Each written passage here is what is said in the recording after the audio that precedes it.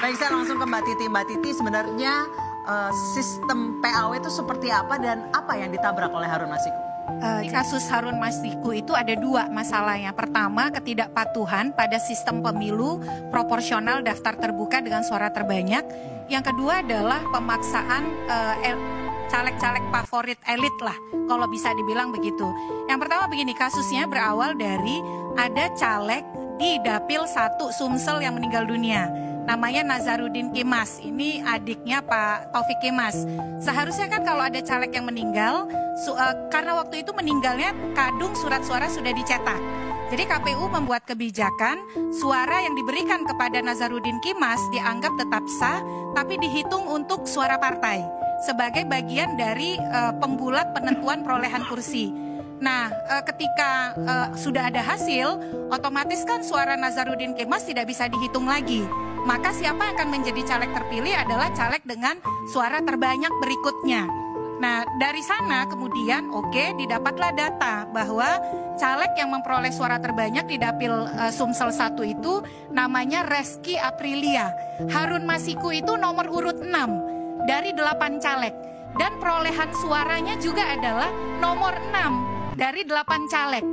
Tiba-tiba kemudian diajukanlah uji materi ke Mahkamah Agung. Ada putusan Mahkamah Agung nomor 57P/HUM/2019. Intinya adalah Mahkamah Agung mengatakan sah suara dari caleg yang meninggal dunia dihitung untuk suara partai. Kemudian bersuratlah PDIP ini 3 kali ke KPU. Ada 3 surat. Surat yang pertama ditandatangani oleh Bambang Pacul dan Sekjen Hasto. Surat kedua ditandatangani oleh Yasona Lauli dan Sekjen Hasto. Surat yang ketiga ditandatangani oleh Ketum Megawati dan Sekjen Hasto. Kenapa saya bilang ini mengingkari sistem pemilu? Karena yang diminta adalah agar KPU itu menentukan caleg terpilih adalah bukan Reski Aprilia yang memperoleh suara terbanyak, melainkan Harun Masiku yang memperoleh suara terbanyak nomor 6 dari 8 caleg. Dan itu dibalas oleh KPU, tidak bisa begitu. Karena kalau sistem pemilu proporsional daftar terbuka suara terbanyak, yang harus menjadi caleg terpilih adalah Reski Aprilia, bukan Harun Masiku. Dari sisi logika sistem pemilu tidak mungkin Harun Masiku yang menjadi caleg terpilih.